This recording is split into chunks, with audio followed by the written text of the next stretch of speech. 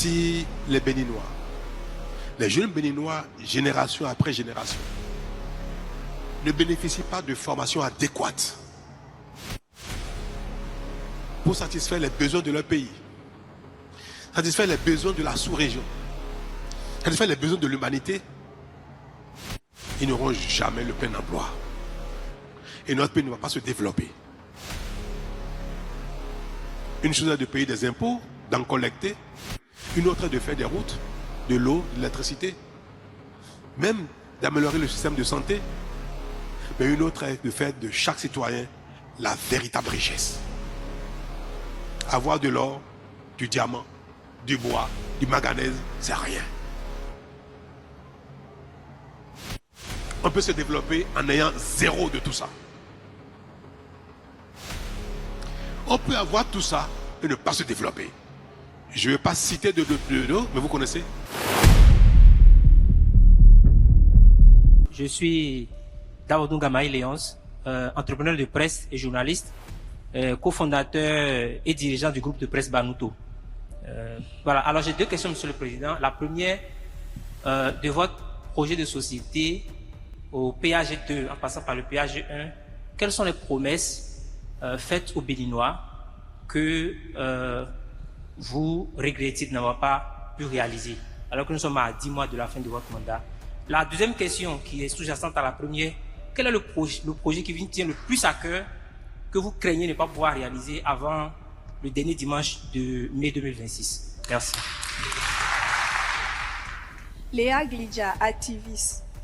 Monsieur le Président, merci pour cette explication sur l'emploi, parce que c'est une inquiétude pour nous tous ici, de ceux qui sont de la mouvance comme des opposants. Nous vous remercions sincèrement parce qu'aujourd'hui, on a vraiment compris que ce n'était pas contre nous, mais c'était pour nous. Merci. Je voudrais vous demander, nous sommes à la porte de 2026. Faites-nous la confidence de qui va vous remplacer, qui peut oser comme vous. Je voudrais à nouveau saluer la pertinence des questions qui ont été posées. Et je vais répondre sur la question que je trouve primordiale. C'est-à-dire, quel est mon regret, qu'est-ce qui fait l'objet de mon insatisfaction aujourd'hui, que je n'ai pas réussi à faire, ou bien qu'on n'a pas réussi à faire, et que à la fin, dans quelques mois, peut-être que j'aurais souhaité que cela puisse être fait, ou bien qu'est-ce qui ne sera pas fait avant la fin du mandat. Il y a quelque chose de fondamental qui me frustre parce que nous n'avons pas réussi à mettre en œuvre comme j'aurais voulu. Et c'est pour cela que dans mes prières, je dis que Dieu me donne longue vie pour que je vois certaines choses se réaliser. C'est la formation technique professionnelle.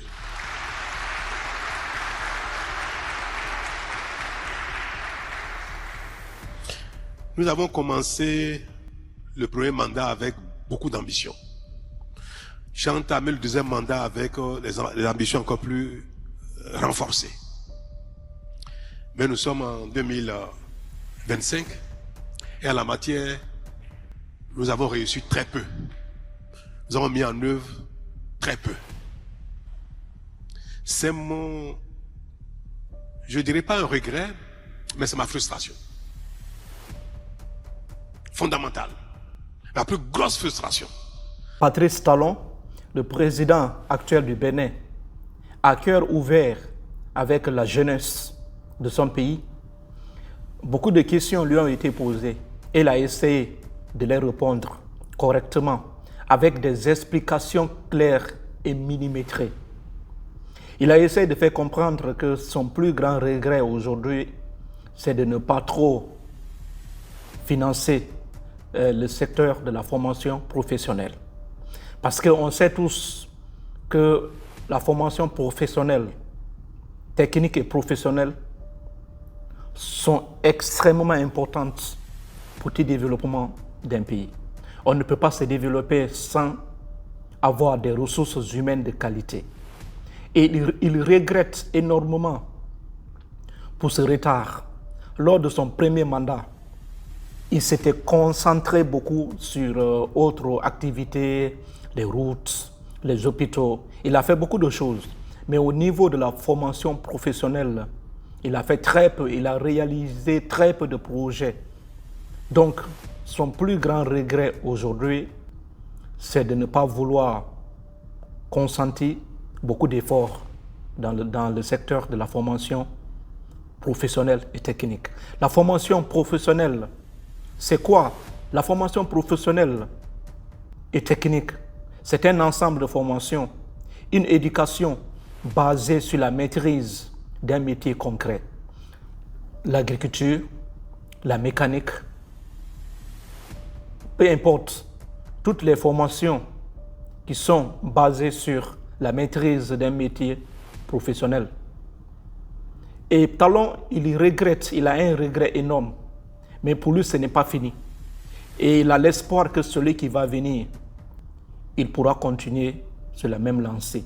Il va aussi faire beaucoup d'efforts. Et même avant même la fin de son mandat, il a aussi jugé nécessaire de faire beaucoup d'efforts, de fournir beaucoup d'efforts dans ce domaine, dans ce secteur, pour que le Bénin puisse avoir une jeunesse bien formée, éduquée, pour pouvoir affronter le marché d'emploi. On va écouter un peu et après aussi, je vais donner aussi mon analyse. Parce que c'est la clé du développement durable et du développement effectif.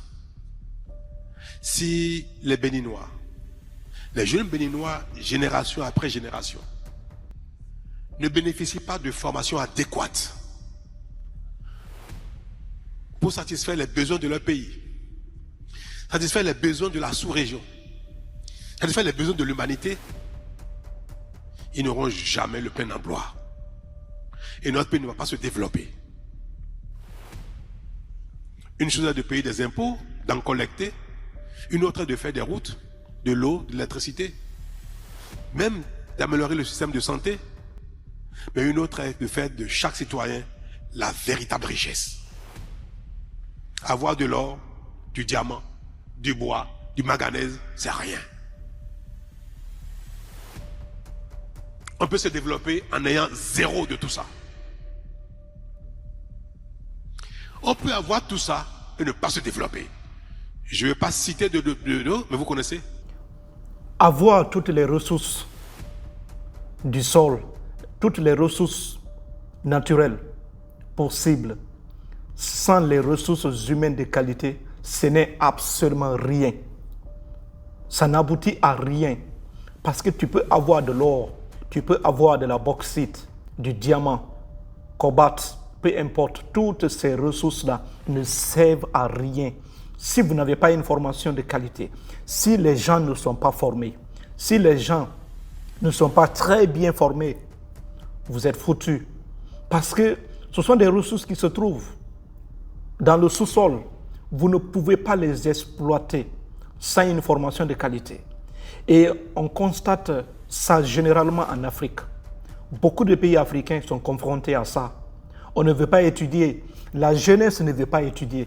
Nous, on ne veut pas étudier, mais on veut gagner l'argent. On veut travailler dans des grandes entreprises. C'est impossible.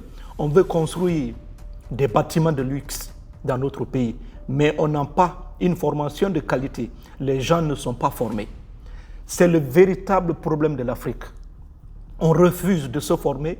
On se dit, non, l'école ne sert à rien. Non, moi, même si je ne vais pas à l'école, moi, je vais avoir de l'argent et employer des gens.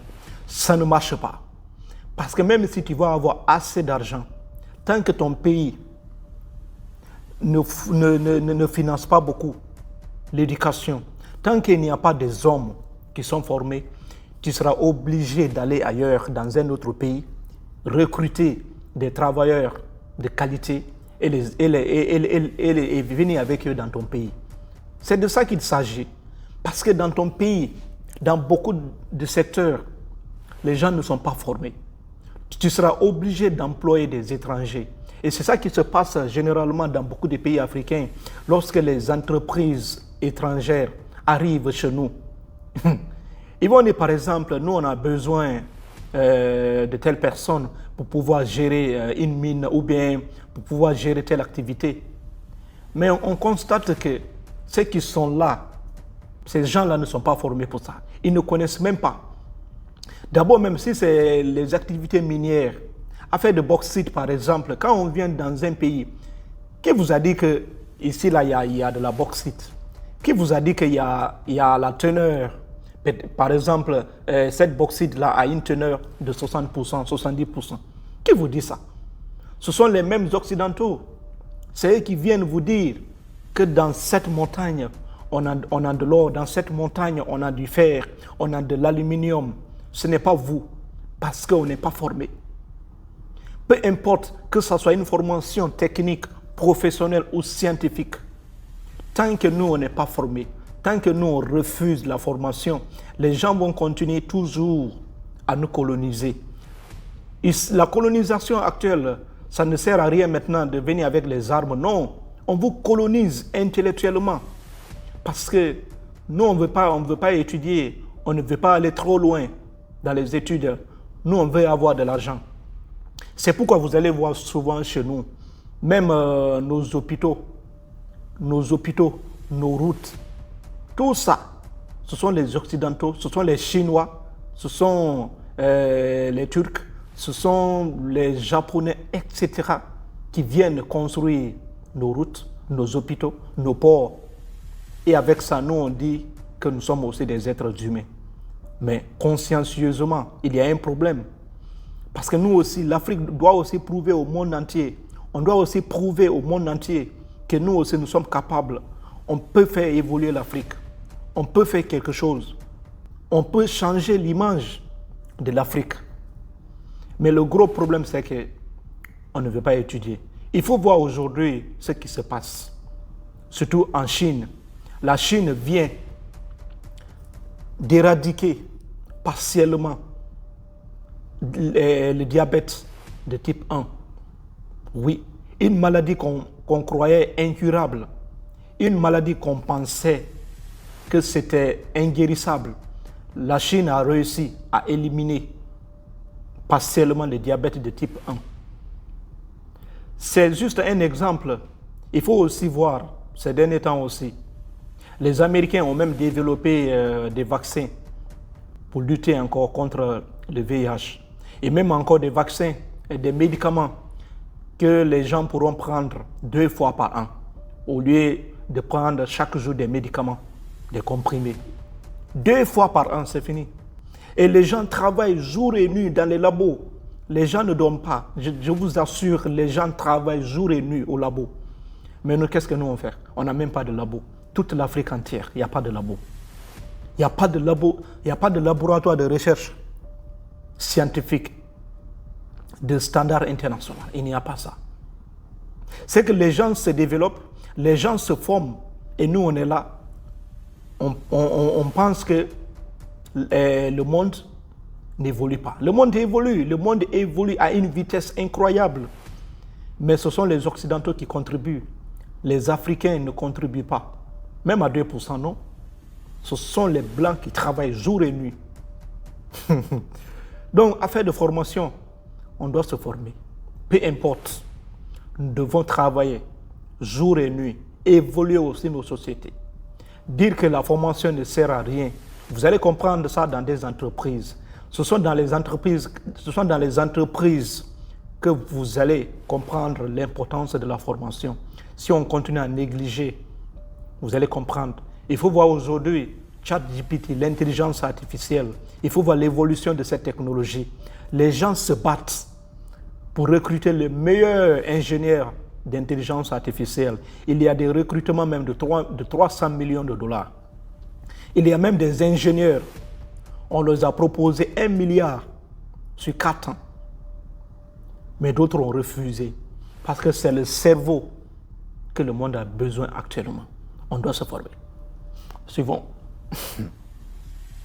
Beaucoup de pays dans le monde, je ne sais pas si c'est en Afrique, je dis dans le monde, qui ont tout ça, mais qui n'ont pas réussi encore le développement. Mais il y en a d'autres qui n'ont rien de tout ça et qui sont développés.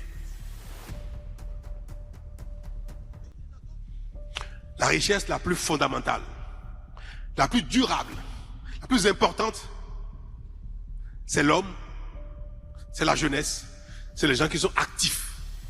Et aller forer pour avoir du pétrole et l'exploiter vaut moins que de former l'homme.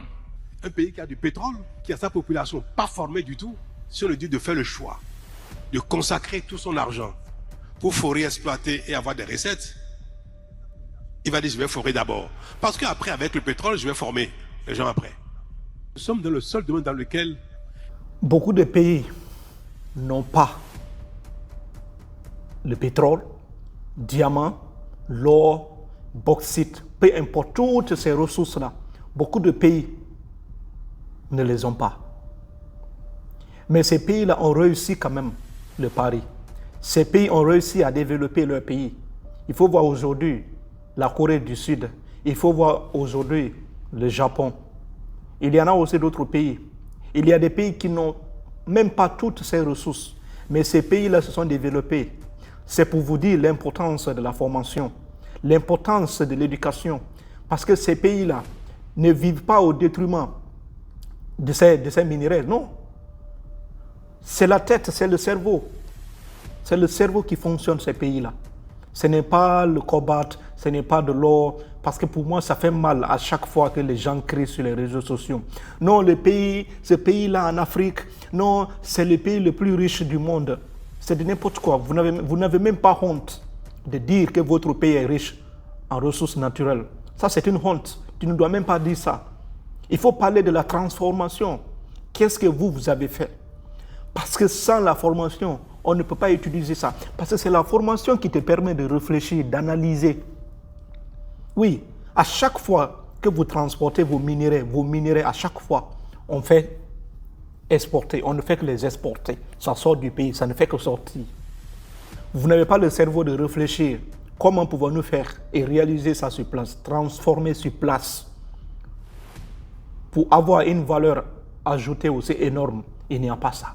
On ne fait que sortir ça du pays. Pourquoi aussi? Parce qu'on n'a pas l'argent. C'est l'argent. Mais pour avoir l'argent là, il faut d'abord une formation. Parce que plus les gens sont formés, on va commencer à penser à la création d'entreprises, à la création de la recherche. Plus nous créons d'entreprises, plus le pays avance. Parce que ce sont des devises qui vont rentrer dans le pays. Plus les devises rentrent, plus l'État aussi va prendre une partie à travers les impôts et réaliser de très grands projets dans le pays, les routes, les hôpitaux, les écoles, etc. C'est ça. Mais tant qu'il n'y a pas beaucoup d'entreprises qui évoluent dans beaucoup de secteurs, le secteur de la technologie, tant qu'on n'a pas des ingénieurs énormes dans ça et des grandes entreprises pour faire rentrer des devises dans un pays, le pays là restera pauvre à jamais. L'éducation te permet de résoudre le problème de la pauvreté. Parce que plus tu es pauvre, ça t'empêche d'évoluer. Mais avec des grandes entreprises qui viennent s'installer dans un pays, ces entreprises-là vont employer énormément de gens. Et ces gens-là vont avoir des salaires fixes à chaque fin du mois. Et d'autres vont investir. Avec ces entreprises, ça permet de lutter contre la pauvreté. Et ça permet aussi de renforcer le côté financier d'un État. C'est ça. C'est pourquoi il faut se former.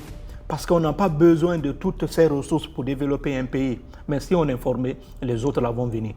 Toutes les nations du monde ont commencé par ça, la formation. La Chine a commencé par ça. La Chine d'abord, au départ, la Chine envoyait ses enfants à l'étranger pour aller étudier. Mais à la fin, la Chine a commencé à les récupérer.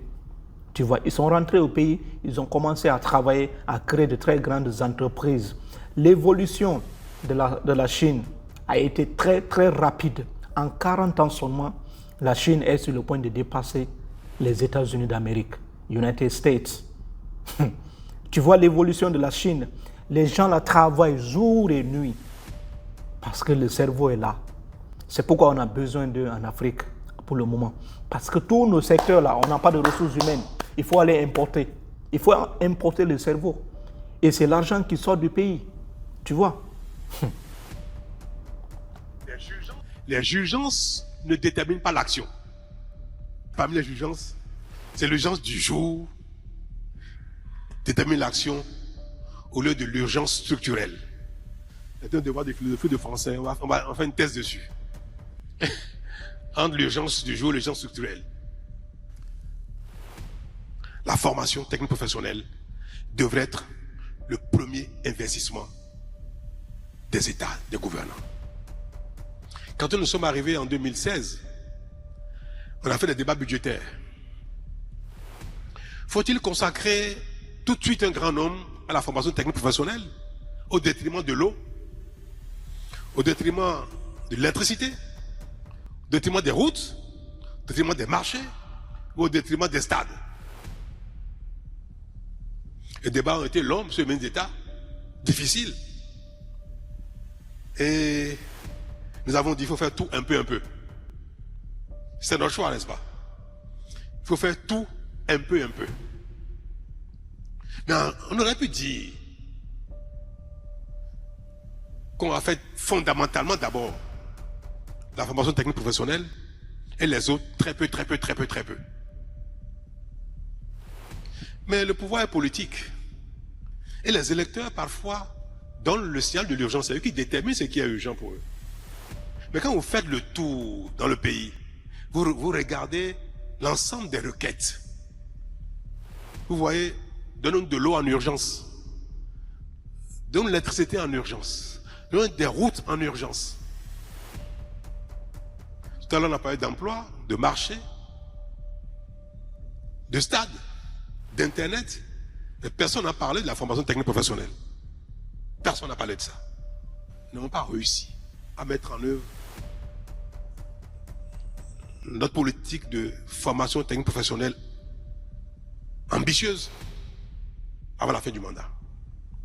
Mais la bonne nouvelle, même si je suis malheureux de ne pas voir ça pendant que je suis dans la charge, la bonne nouvelle, c'est que désormais, tout est prêt.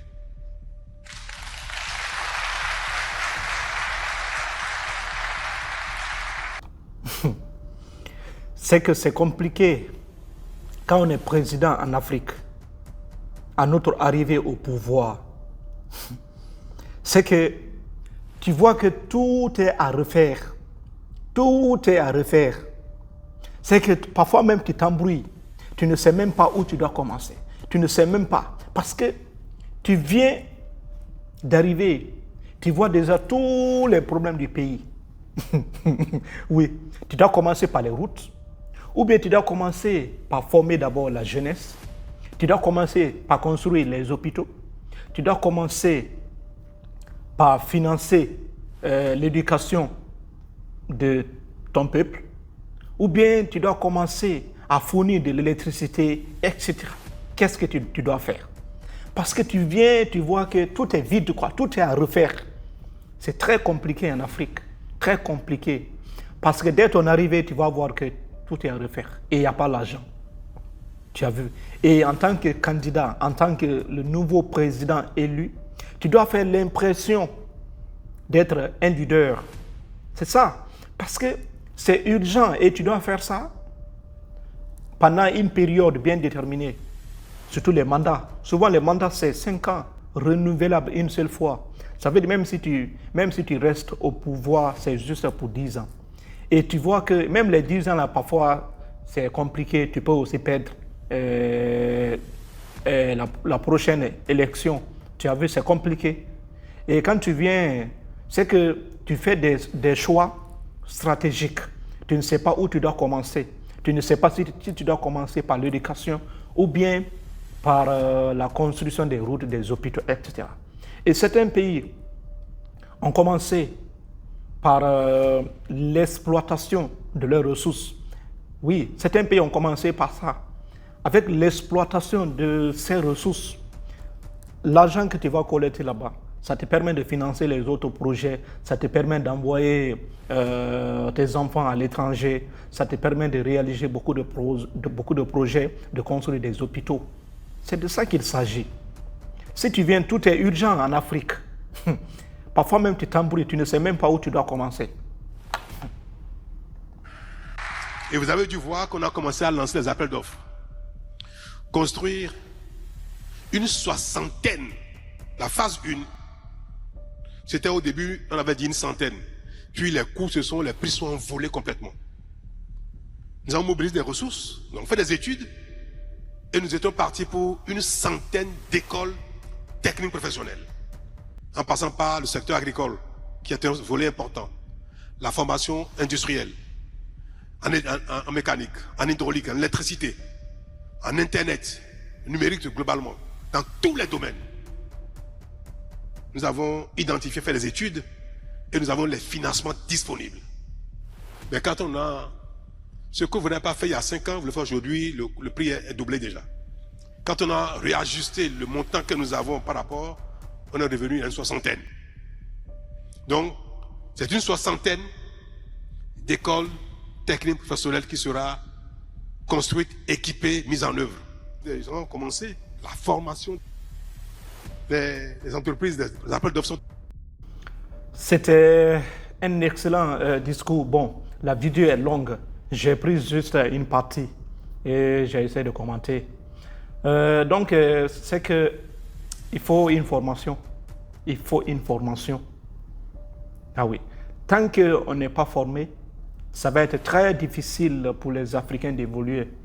Oui, c'est pourquoi souvent nos pays, si tu pars souvent, tu vois ce qui se passe dans nos États, tu seras découragé parce que tout est urgent. On doit tout faire, tout est à refaire. Tu vois, la situation est compliquée. Les gens étudient ailleurs, mais nous, on fait même la promotion partout, soit disant que nous ne devons pas étudier. Non, les études, non, on ne doit pas faire ça. Il faut faire autre chose. Il faut rentrer dans l'entrepreneuriat. C'est bien, mais sans une formation de qualité, nous serons toujours en arrière. Nous serons toujours derrière les autres. C'est pourquoi souvent, quand tu pars dans une zone minière, tu vas voir souvent l'entreprise qui vient de s'installer. Parfois, l'entreprise, elle est obligée d'aller recruter les ressources humaines de qualité. Parce que dans l'endroit où la société est installée, il n'y a pas une ressource humaine de qualité. C'est ça. Et la population va se révolter. La population va dire quoi? Que pourquoi vous n'employez pas nos enfants? Pourquoi nos enfants ne sont pas employés? Parce qu'il n'y a pas une ressource humaine de qualité. Ce que nous voulons, il n'y en a pas ça chez vous. On est obligé d'aller chercher ailleurs. C'est ça. Si vous avez des ressources humaines de qualité, le pays va avancer. Sinon, le pays sera toujours en arrière. Le pays sera toujours en retard. Le pays va rester toujours en retard pour toujours. Prenez soin de vous. C'est une analyse. God bless Africa. Thank you.